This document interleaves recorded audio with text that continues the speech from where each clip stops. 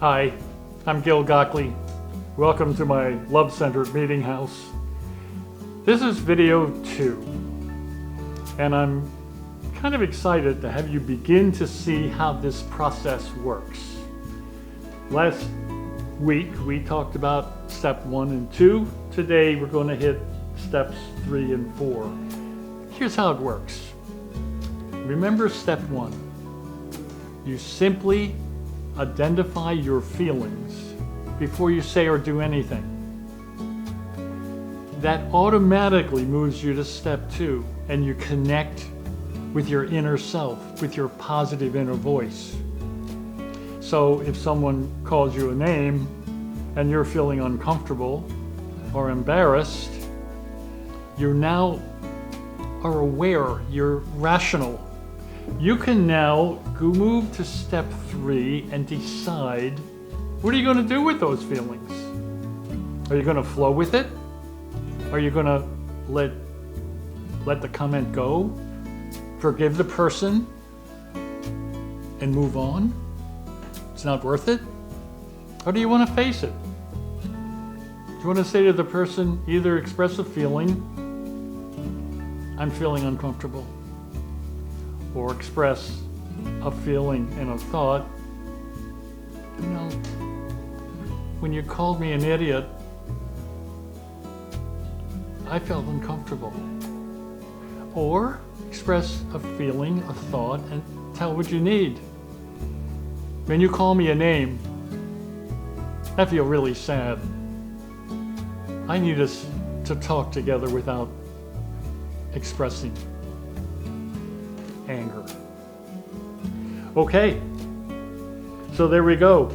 We're not going to get ahead of ourselves. Right now we're dealing with the 4 steps for self-awareness. Okay, let's look at our assignments. We're really looking at video 2. We know that self-awareness is being in charge of your feelings, step 1. Being in touch with your inner self, step 2. Appropriately dealing with your feelings, step 3. And being in touch with the spirit within, step 4. Well, today we're going to talk about flow with it, step 3. Face it, step 3. Meditation, step 4, part 1. And contemplation, step 4, part 1. Now I would like to just share a few ideas about flow with it and face it. Flow with it and face it. Once you name your feelings to yourself, step 1. And connect with your positive inner voice, step 2. You are ready to appropriately and effectively deal with your feelings, step 3. You are now in touch with your feelings. You are now in touch with yourself. You are now in charge of you. 2 ways to deal with your feelings. Flow with it. Let it go. Forgive the person and move on. Face it. Express a feeling. Or express a feeling and a thought. Or express a feeling, a thought, and tell what you need from the person. I want to tell you a story. I call it the breakfast attack. It's a true story. A bunch of my neighbors and I went to breakfast one morning, and they were talking about politics. I usually stay out of politics. But at one point, I just felt, as you can imagine, I wanted to say something. And I did. And the person across from me said this: "You're an idiot. You are stupid to believe that kind of thing. You are wrong." Well, that was in front of all my friends. Well, I don't know if I had just read my book or what, but I was aware enough not to overreact. or not to just forget about it and then have a resentment. I decided to flow with it. I decided to let the comment go, forgive my neighbor, my good friend, who was just overreacting, and move on. It was a really powerful moment for me, and it will be for you as well when we learn how to effectively deal with negative emotions. I'd like to read a few sections that have to do with flow with it and face it. So if you would open your book to page 67, I'd like you to mark the inspirational reading under flow with it and face it. The pathway to becoming emotionally healthier and more civilized begins with understanding emotional health. This is absolutely necessary since we are emotional beings. Instead of stuffing or ignoring your feelings or reacting emotionally without awareness and rational thought, or consuming pharmaceutical drugs that dull your emotions, you are effectively and appropriately dealing with your feelings by expressing yourself in positive and productive ways. Now you are aware of what you feel, step 1. You are thinking rationally, step 2. And you can choose how you want to deal with your feelings, step 3. There are 2 appropriate and effective ways to deal with your feelings. The first strategy is to flow with it. Let the comments go, forgive the person, and move on. The second strategy is to face it. Express a feeling, a thought, and tell what you need. You're now in charge of you. You're capable of responding to your feelings in a creative, useful manner, even during a highly emotional situation. Turn to page 73. This is titled, You Can't Control How Another Person Will Emotionally React. Mark the inspirational reading. Your feelings are inside you. It is not easy to express your feelings and thoughts without making judgments and blaming another person. But learning how to express your feelings appropriately is essential for building strong relationships. Begin a statement with, I feel, followed with one or more feeling words that denote ownership. This is the way I feel. Saying, I feel irritated is appropriate and without judgment. You are assuming ownership of how you feel. Saying, you irritate me is a judgment. Do you hear the difference? I feel irritated. You make me feel irritated. The difference between appropriately expressing a feeling and being judgmental. Remember the 3 ways to face it. I'm feeling uncomfortable. Express a feeling. I feel embarrassed when you called me stupid last night. Express a feeling and a thought. I felt embarrassed when you called me stupid last night. I need both of us to stop name calling. Express a feeling, a thought, and tell the person what you need. There's an important matter I want to explore with you relative to expressing feelings. You never know how another person will respond to what you say, no matter how appropriately you express your feelings. One reason you face it is to take care of yourself. Now, my neighbor, I could have chosen. I wouldn't have done it at the restaurant. But maybe when he was out in the yard, I could have gone over and said, you know, when you called me an idiot, I felt humiliated. I just need you to know how I felt. Now, you know what I want him to say? Oh, Gil, yeah, I'm really sorry. I just blurted it out. But he might not say that. He might say, well, you were stupid. You were an idiot. You know, I can't believe you'd say such a thing. And he'll storm off. I'm not expressing my feeling for him. I'm getting rid of my resentment. I'm getting rid of my regrets. I'm getting rid of my baggage. See the difference? I want you to turn to the last one. I want you to turn to, it's kind of a summary of self-awareness, day 25 on page 75. I just want to read a little bit. Again, this idea I really want, and I write a lot of pages here on negative thinking and positive thinking. Your negative inner voice and your positive inner voice. Okay, in the middle of the page.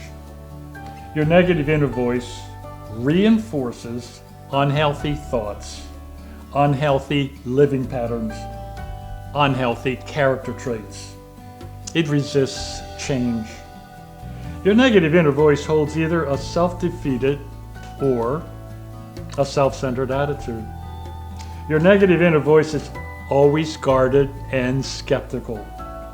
During one moment, you can feel lost and defeated, and during another moment, you can feel self-centered and arrogant and insensitive. In both circumstances, your negative inner voice is in control of you. Turn the page. Your negative voice triggers negative thoughts and feelings that lead to negative words and actions that ultimately lead to negative attitudes and habits. Your positive inner voice seeks truth, listens for understanding, and thrives on identifying and clarifying issues and Your positive inner voice seeks truth, listens for understanding, and thrives on identifying and clarifying issues and instituting solutions. You are in the process of learning to connect with your positive inner voice. It is vital for your well-being, for increasing self-confidence, and for strengthening relationships. Here's the good news. Again, I can't say this enough times. The moment you identify and name your uncomfortable feelings, step 1. You are listening to your positive inner voice, step 2. With greater self-awareness, you will choose to be more positive, less reactionary, less argumentative, more willing to look at yourself as the one who needs to change, and less apt to judge and blame others. Self-awareness is life transformational. I'd like to read a little section. I'd like to read something on meditation and contemplation. The miracle of meditation. Step 4, meditation, is when you stop thinking, quiet your mind, and mentally create an inner state of tranquility. Sit in a chair, close your eyes, and take a few deep breaths. Choose a special word and say this word over and over every time thoughts pop into your mind. You will sit in silence without thoughts for longer and longer periods of time. Be patient. You will eventually sense there is a spiritual force within you, something greater, more powerful than you. Meditation leads to a spiritual transformation. Contemplating in the presence of God. After steps 1, 2, and 3, you are in touch with your feelings and in touch with your inner self, with you. Step 4 involves contemplating in a meditative state. It is talking with you, about you, in the presence of God. You can explore difficulties in your life, your fears, and solutions for solving personal and professional concerns. You can talk with your inner self about the wonders, the miracles, and the beauty of life. You can celebrate.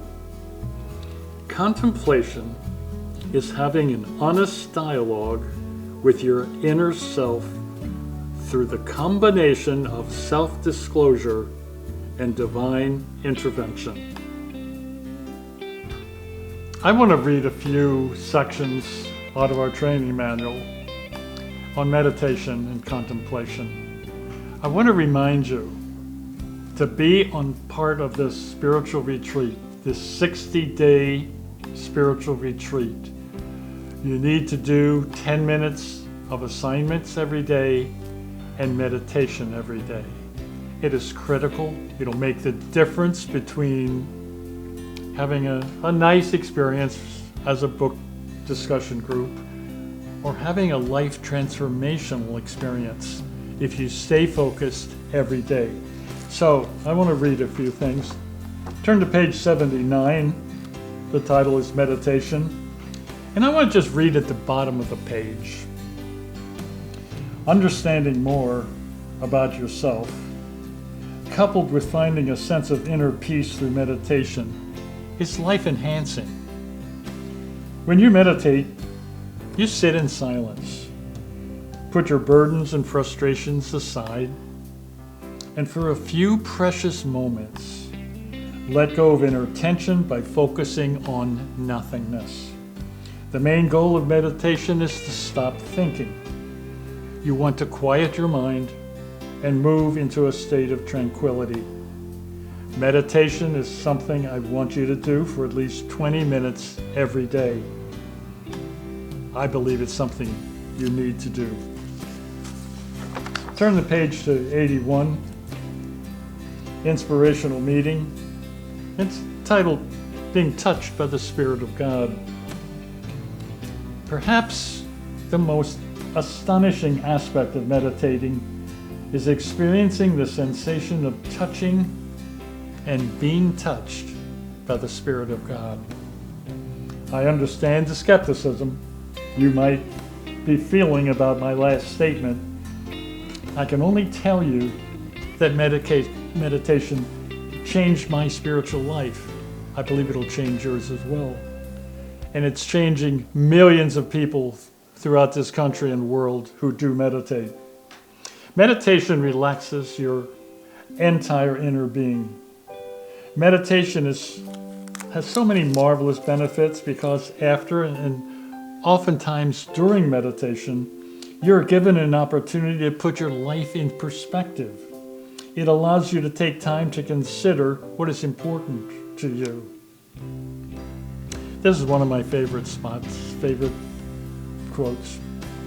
Meditation takes you off the treadmill of life so you can walk among the flowers and blossoms of life. Meditation slows down the speed of time, one day at a time. You begin to live today as if it's the last day of your life.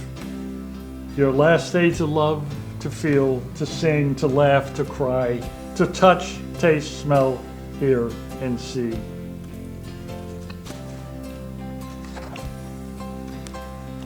Turn to page 84. I want to talk about contemplation. Again, put a mark at the inspirational reading. As you become more comfortable with meditation, I challenge you to contemplate, to mentally talk with your inner self, your positive inner voice, step 2, with the spirit within.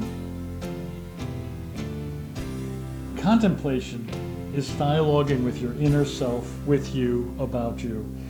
You can talk about difficulties in your life, about your fears, about your heartaches, about your concerns for others.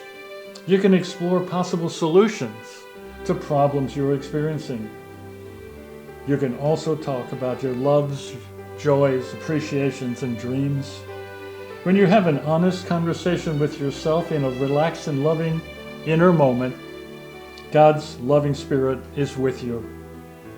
Contemplation allows you to openly and honestly discuss all issues you face as a human being. It is called self-disclosure with divine intervention. When you contemplate with your inner self, you're having a conversation. You can say anything and always feel accepted and loved. The philosophy you are learning is based on love, not fear. acceptance, not judgment, and forgiveness, not punishment. You can talk about issues, about feeling vulnerable, areas in your life that are unmanageable, troubling relationships, career disappointments, and unmet dreams. I want to just take a moment and go back to page 80. And I want you to practice for a second. It's so important you do this. And don't give up on meditation. Do it every day for 20 minutes. So first, sit up straight, feet on the floor. Gently close your eyes and take a few deep breaths. Breathe in through your nose and gently out through your mouth.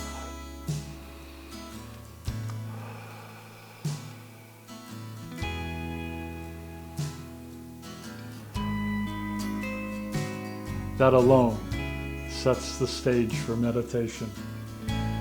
To keep thoughts from entering your mind, choose a special word. Now, I've used peace for 20 years.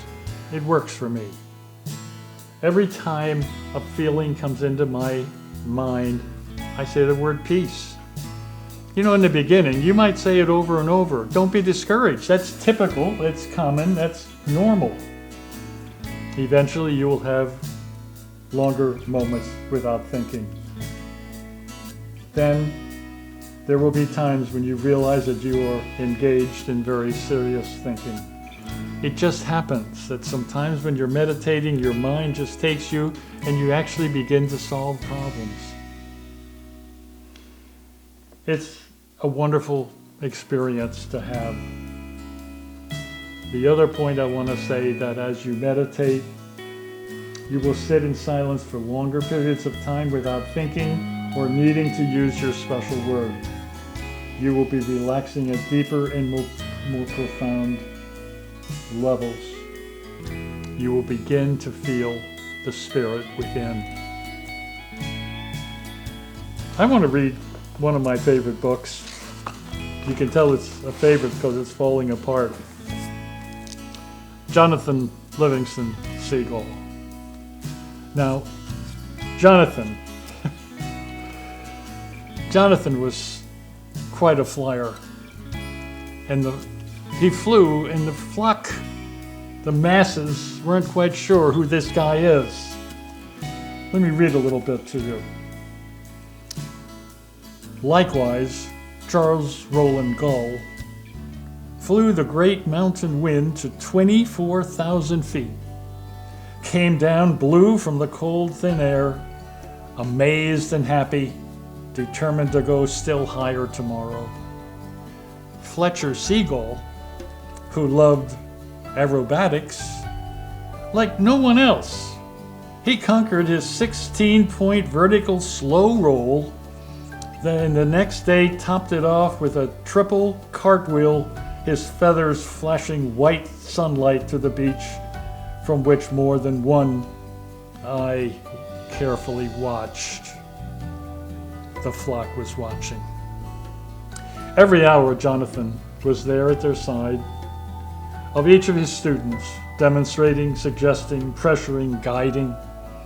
He flew with them through night and cloud and storm for the sport of it, while the flock huddled miserably on the ground. When the flight was done, the students relaxed in the sand, and in time they listened more closely to Jonathan. He had ideas that sometimes they couldn't understand, but then he had some other ideas that they could understand.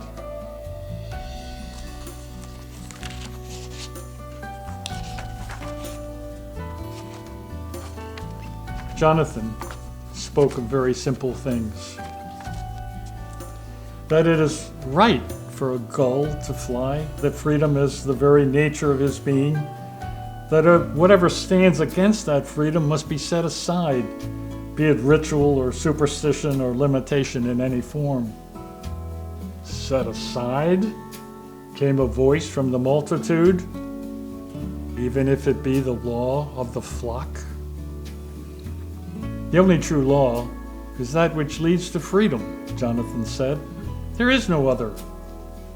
Well, how do you expect us to fly as you fly? Came another voice.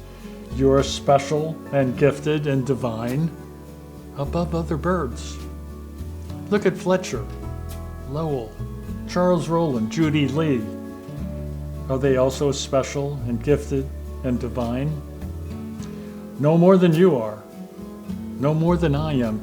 The only difference, the very only one, is that they have begun to understand what they are and have begun to practice it. Practice doing what you're learning. You will soar beyond your wildest dreams on the Rainbow Highway. Next week, we're going to go to video 3. Step 4, part 2. 5 spiritual gifts and 26 authentic messages of Jesus. Until then, be in love, walk in the light.